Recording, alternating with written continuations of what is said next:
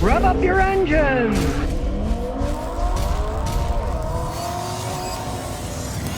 Okay, today we got a lady that's having problems.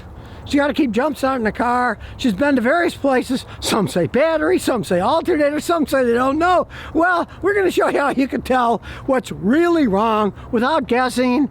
You start out with somebody like me who has some idea about electricity, how it works, and how to analyze it. Now, modern vehicles are a lot more complex than they used to be. So, I'm going to use this Think Car scanner that has a battery module pack to analyze the charging system, because things aren't as simple as they used to be.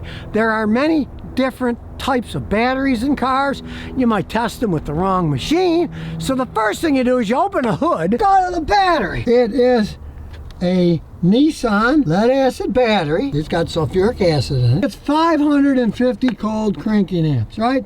That's what the cold cranking amps is. Cold cranking amps is a pretty good starting point. So, we get this out, we push Think module, and in this case, battery tester. Battery health test. Regular flooded, because it's a regular flood. It's not AGM, it's not any of these other batteries. So, we simply hook it up to the battery and get a tight connection. Nice and tight. Red on positive, black on negative. It's seeing if there's any floating electricity. It's testing it. No floating electricity. And we see it's a 550 cold cranking amp. 553, well, that's close enough. It's very hard to get it exactly 550, but we'll try. I hate these slide things. There we go. Ah, see, I took my finger off. I do not like these slides. I think it's very crappy. I think they should have something better than a slide where you can put the number in, because, see, every time you take your finger off, the thing moves. It's a bad design. Please design this better next time, people. Very hard to get it at 550. Finally, it stayed there. Hooray! Now it's testing the battery. And what does it say? It says, replace the battery. Now, this has already been replaced by Nissan. It's saying the battery's bad. Let's go to the system test. Voltage is normal. There's nothing wrong with the charging starting system. That's working. Now we're going to check the alternator. Charging voltage is normal.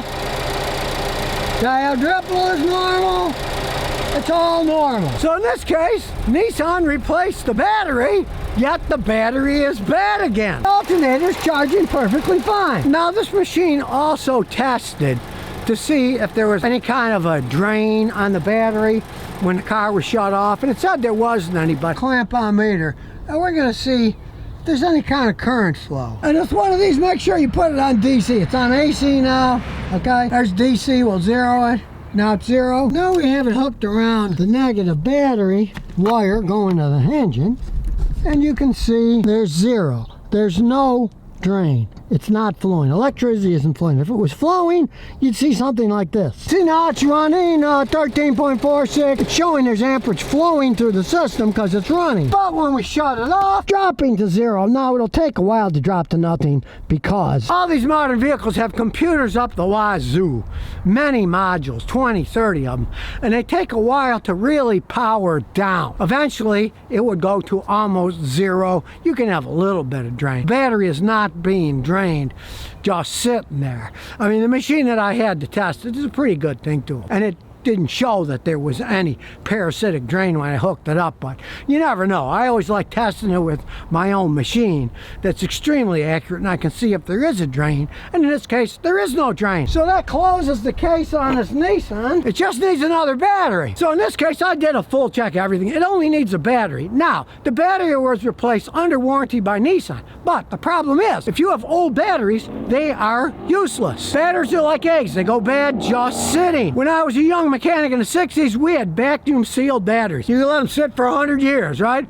You break the seals, pour battery acid, charge them up. That take a couple hours, right? People don't want to wait. So now they fill them at the factory and charge them up. They start degrading the minute they have acid in their charge. If they're sitting there for months or years, they're not going to last that long. And in this case, it didn't even last a year. It just needs a battery. People were trying to sell an alternator, trying to sell all kinds of stuff. So what did I tell them? There's a Walmart down the street. Buy the battery and put it in yourself. You can go to auto parts stores, but they're generally going to be $50 to 100% more expensive than at Walmart. This is just a 550 crank and amp battery. They got them all over the place, right? My advice is don't go to Nissan. One, they're going to charge you a fortune if you have to buy the battery. And obviously their batteries sit around a lot because this one went bad already and there's no reason for it to go bad that quickly. But it did because it probably sat around too long. Get a fresh battery. They have dates. Don't get one that's more than 1 month old. Now, sometimes they're tricky. They won't say January 2023. They'll have numbers and stuff, but they have to tell you how it works. Say, how does this date work? And I'll explain. This means that. So give me one that's a month or less old. Don't get an old one. And don't go to some place in the middle of nowhere who just has them lying there and they might have been sitting there for years. You always want a fresh battery because that's all this thing needs. And here's some bonus questions and answers. Well, here's another one of Elon Musk's lies. Here's what he said, and here's the truth. He said, our cars currently are being produced are capable of full self-driving. Buying a car today is an investment in the future. If you buy a Tesla today, you are buying an appreciating asset, not a depreciating asset. Of course, the exact opposite is true. Now, he was claiming, look, you can make money. Your car can drive itself when you're not using it, and it'll make you money, right? Well, they're not even close to full self-driving, right? There's like 5 steps. They're on step 2, so you can throw that out the window. And then, as for it not being a depreciated asset, what a load of horse manure. The reality is coming down. You're not making money. You're losing like any other car, right? They don't drive themselves, so you can't make 30 grand a year having your car drive and make you money. So that's out the window. But here's the hilarious part. A 2022 Model Y long range, according to Kelley Blue Book, was $65,000 new. The same car with only 17,000 miles today is worth about 27 grand. So it depreciated $2,000 a month. The coronavirus, unfortunately, made the values of the Teslas go up. They couldn't buy a new one. The used ones, the value went up, blah, blah, blah. But the reality set in. They depreciate faster than even other cars. Nobody really wants these electric cars. And even if you go back to the earlier stages, before coronavirus, the market was correct. I had a neighbor in Houston. He bought a Model S that was originally $122,000. He bought it with 15,000 miles on it for $45,000. Almost 1/3 of what the original price was, with only that short amount of miles on it. They have horrible resale value in the real world, people. And this fantasy, car's going to make you money, that's a fantasy too. Like most things, Elon Musk, if he loses $10 billion, it's a spit in the bucket to him. We'll never see anything near that, right, in our entire life. So you can't live in Elon Musk's fantasy world. You live in the real world. The Teslas are not going to make you money, and they depreciate. Not only do they depreciate like other cars, they depreciate even faster. You see something with 12,000 miles that's lost 2/3 of its value? I mean, that's ridiculous. Find a Toyota like that, it'll go almost for the same value, right? Elon's fantasy is dissipating like the fog when the sun comes out at noon. Now, you can't make this up. Christine Fuel, who is now the CEO of Chrysler, says, and I quote, we'll see a resurgence in our car segment. What a lot of horse manure comes out of these people's mouths. It's just unbelievable, you know. Now, if they do, Chrysler, of course, is owned by Fiat that then got bought by Stellantis, so it's the European company, right? If they do start selling cars and calling them Chryslers, they'll just be like rebadged piece of crap Fiats. There won't be American cars. Maybe they will have a resurgence of Chryslers in the United States, but they won't be made here and they won't be American cars. They'll be European piles of crap, right? I just found it hilarious. She says, there's going to be a resurgence in our Chrysler cars. It's like, these people can't make up their minds. They have people running it that really don't know what they're doing. The woman who's ahead of Chrysler now, she used to be a big wheel at Ford, right? And look at the problems Ford have, and Ford got rid of her. It kind of amazes me.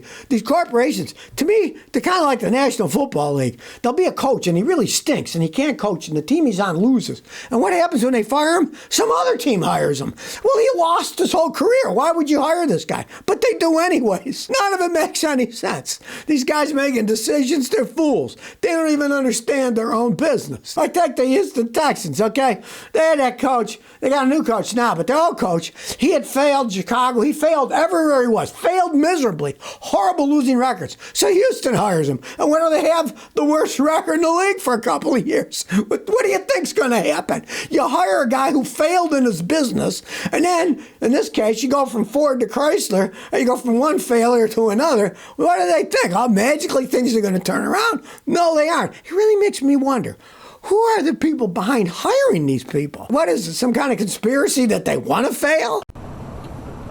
So if you never want to miss another one of my new car repair videos, remember to ring that bell.